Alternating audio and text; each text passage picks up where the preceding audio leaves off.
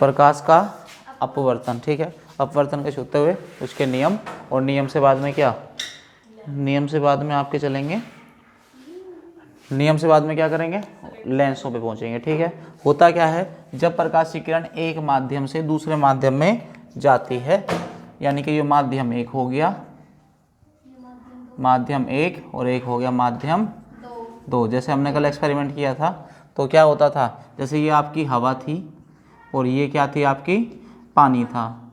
ठीक है, तो जब प्रकाश की किरण एक माध्यम से दूसरे माध्यम में जाती है, तो यहाँ ये क्या हो गया, इसका लेवल हो गया एक तरीके से, यानी कि सेपरेट करने वाला पार्ट हो गया ये वाला, पानी की जो सतह होगी। ठीक है, तो अब क्या होगा, ये अपने मार्ग से विचलित हो जाएगी। देखो ये क्या है, डेंसर होता है, डेंसर मतलब सघन माध्यम होता है इसका। ठीक है, तो ये जब इससे जाएगी, यहाँ से चली, तो तुमने देखा होगा ये आपका विलंब होता है, दिखाया था ना जब लाल लाल वो लगाई थी हमने। ठीक है, तो क्या होता है, ये इसके किसकी तरफ आ जाएगी, अभिलंब की ओर आ जाएगी, आ गई, अभिलंब की ओर आ जाएगी, यानी कि आना तो इसको यहाँ चाहिए था कहीं, पर ये क्या हो गई, अभिलंब की पास आ गई। ठीक है, क्या हो रहा है, ये बैंड हो गई लाइट, चलते चलते क्या होना चाहिए था, लाइट सीधी चलनी चाहिए थी, लाइट क्या हो गई, बैंड हो गई। तो कैसे मुझसे परिभाषित करोगे, जब प्रकाश की किरण, या इसका उल्टा भी कर सकते हैं, क्या कर सकते हैं, जब डेंसर मीडियम से, डेंसर मतलब जैसे पानी से या कांच की कोई लेयर है, कोई परत है, उससे लाइट आई। ठीक है, और ये मान लिया, ये तो हो गया सघन माध्यम, ये हो गया आपका विरल माध्यम, ये हो गया सघन माध्यम, और ये बन गया आपका विरल माध्यम। तो ये क्या होगा, ये आपका लंब हो गया, ये अभिलंब हो गया, तो ये क्या करेगी, एक इससे थोड़ा सा दूर हट जाएगी, अभिलंब से क्या बन जाएगी, दूर चले जाएगी। जब हम एक्सपेरिमेंट कर रहे थे तो हमने देखा था कि ये अभिलंब के पास आ रही थी जब पानी के अंदर जा रही थी, तो जैसे ही वो पानी से बाहर निकली थी तो अभिलंब से दूर हो जा रही थी, यानी कि वो जैसे ही बाहर निकली तो वो अभिलंब से दूर हो गई। समझ में आया कि नहीं आया, तो समझ में आ गया यहाँ तक। जो किरण इस बिंदु तक, यहाँ से ए है, ये बी मान लेता हूँ, इसको सी मान लेता हूँ। जिस किरण को जो आ रही है आपतन बिंदु की ओर, जिस बिंदु पे किरण पड़ी उसे क्या कहेंगे, आपतन बिंदु। क्या कहेंगे, आपतन बिंदु, यानी कि पृष्ठ का वह भाग जहाँ प्रकाश की किरण डाली जाती है या पड़ती है। समझ में आ रहा है, क्या कहेंगे उसे, आपतन बिंदु कहेंगे। ठीक है, और यहाँ से आई है वो प्रकाश की किरण, यहाँ से आई है ना, तो इसे कहेंगे आपतित किरण। क्या कहेंगे, आपतित किरण,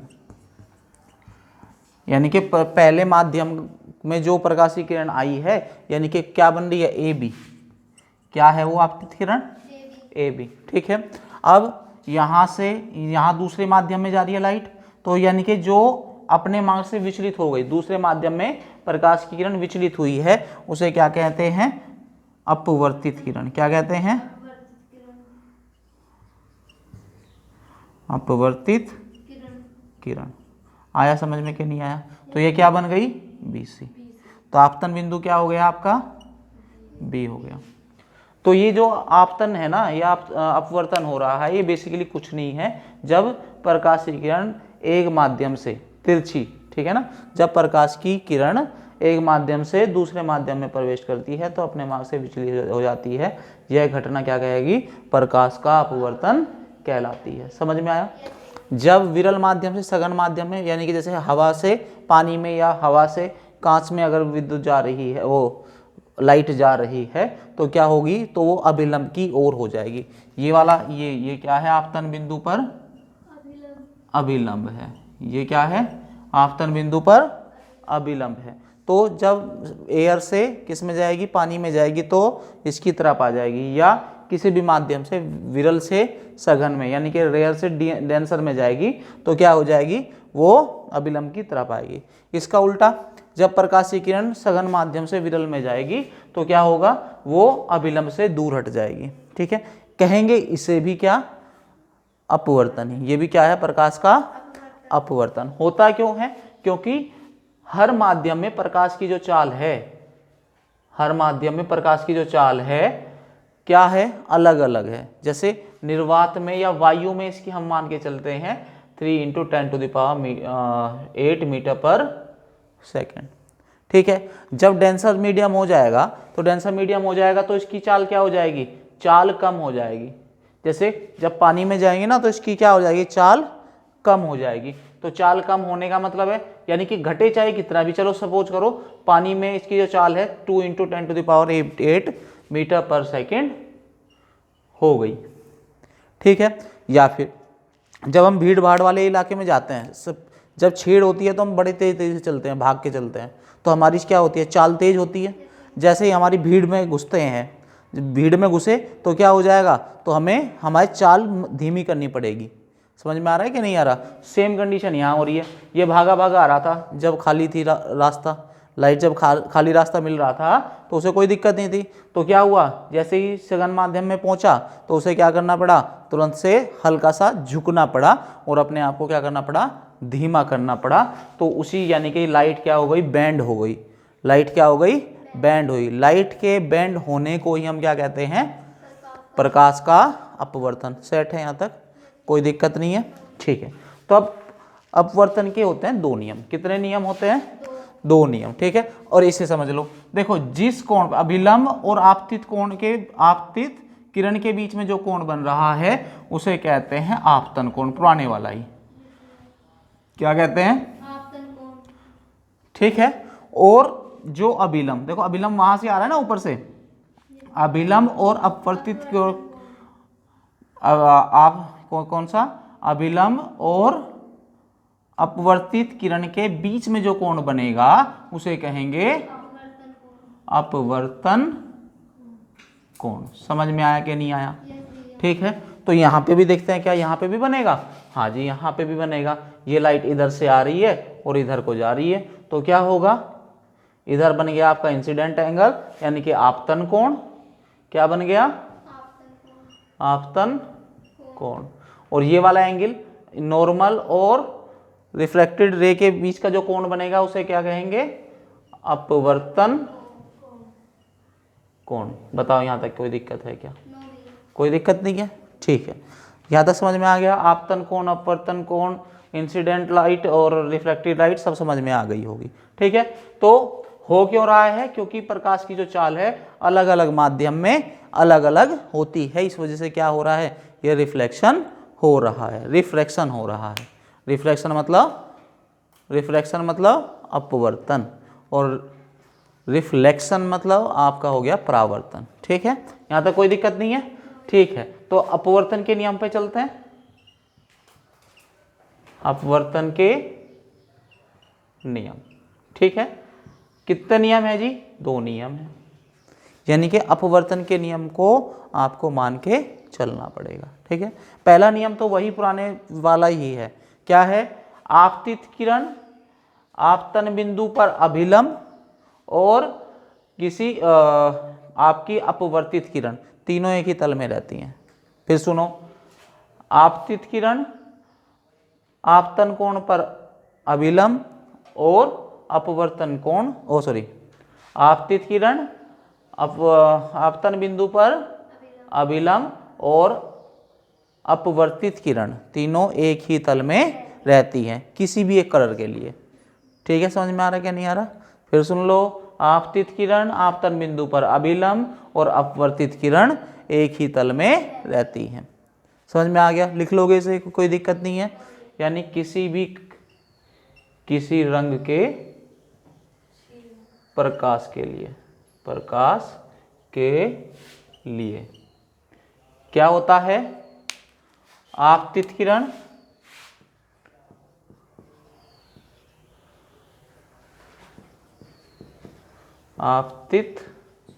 किरण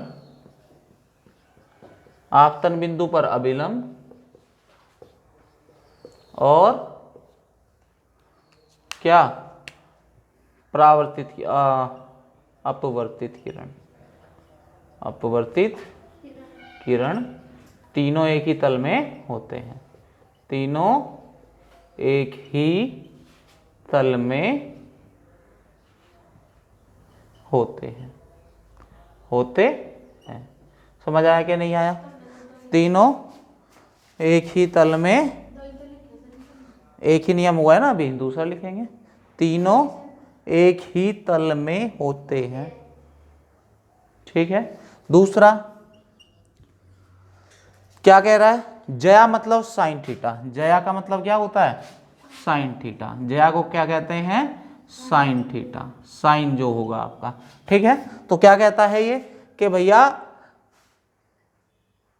आपतन कोण की जया और अपवर्तन कोण की जया का अनुपात, फिर सुन लो, आपतन कोण की जया और अपवर्तन कोण की जया का अनुपात नियत रहता है। आपतन कोण की जया और अपवर्तन कोण की जया का अनुपात क्या रहता है, नियत रहता है। आपतन कोण की जया यानी कि साइन, ठीक है, तथा अपवर्तन कोण की जया, अपवर्तन कोण की जया का, यानी कि ये भी साइन ही है, अनुपात क्या रहता है, नियत रहता है। अनुपात नियत रहता है। ठीक है। तो आपतन कोण कितना है अपना, साइन है, और क्या है, अपवर्तन कितना है, अपवर्तन कोण आर है, का अनुपात क्या हो जाएगा, नियत रहेगा। ठीक है, नियत रहेगा। ठीक है। और आगे चल के इसको क्या करेंगे, इसको माध्यम एक मान लेते हैं, इसको क्या मान लेते हैं, माध्यम एक, और ये बन गया माध्यम दो। ठीक है। तो ये हो जाएगा 1 और 2। तो ये क्या होगा, दूसरे के सापेक्ष पहले का अपवर्तनांक। सुनो फिर से, दूसरे माध्यम का प्रथम माध्यम के सापेक्ष अपवर्तनांक। समझ में आ रहा है कि नहीं आ रहा? तो आपको आगे चल के न्यूमेरिकल में क्या होना पड़ेगा, इसको अपवर्तनांक को निकालना पड़ेगा। समझ में आया? ठीक है, समझ में आ गया। और इसी को ही क्या कहते हैं, स्नेल का नियम भी कहते हैं। ठीक है, क्या कहते हैं, स्नेल्स लॉ भी कहते हैं। ठीक है। तो पूरे 1 नंबर में पूछ सकता है कि स्नेल का नियम क्या है। आया यहां तक समझ में कि नहीं आया? ठीक है। अब क्या करें, अब क्या कर दें, एक न्यूमेरिकल ले लेते हैं। यहाँ तो ये हो गया ना सब नोट? ठीक है, एक न्यूमेरिकल ले लेते हैं। ठीक है, क्या है भैया, आपको क्या कहा कि एक मान लेते हैं माध्यम एक, एक मान लेते हैं माध्यम दो। ठीक है। अब इन्होंने क्या किया, आपने किसी बिंदु पर क्या किया, लाइट डाली, और आपतन कोण दे दिया तुम्हें कितना, 45। ठीक है। और किसी माध्यम का जो अपवर्तनांक है, माध्यम का यानी कि किसका, दूसरे माध्यम, पहले माध्यम का दूसरे के सापेक्ष, पहले माध्यम का दूसरे के सापेक्ष जो अपवर्तनांक है वो दे दिया आपका 1.5। जो रिफ्लेक्टेड एंगल और क्या दिया है आपको, रिफ्लेक्टेड इंडेक्स दे दिया, कितना दिया है, 1.5 दिया है। ठीक है। कितना है, आपसे क्या पूछना चाहता है, ये पूछना चाहता है कि भैया ये क्या होगा, यानी कि आपसे क्या पूछ रहा है, साइन आर पूछ लेगा। ठीक है, कैसे निकालोगे? ठीक है, हमें नहीं पता माध्यम एक कौन सा है, दूसरा कौन सा है, बस उसका क्या दे रखा है, रिफ्लेक्टेड इंडेक्स देख रखा है, रिफ्लेक्टेड इंडेक्स दे रखा है। ठीक है, कोई दिक्कत नहीं है, अपवर्तनांक दे रखा है। तो क्या करेंगे, तो sine 45 upon sine I upon sine R वाला फॉर्मूला लगा रहे हैं, तो sine I upon sine R बराबर कितना दे रखा है, 1.5, यानी कि ये हो गया 1.5 दे दिया। तो यहाँ कितना आ जाएगा, साइन आर बराबर कितना आ जाएगा, 45 की वैल्यू कितनी होती है, 1/√2, 1/√2 इंटू 1.5, इसका मल्टीप्लाई करके और वैल्यू बताना कितनी आएगी, तो इसको सोल्व करके लेके आना। ठीक है, यहीं तक रोकते हैं आज। नोट करो, बंद कर दे।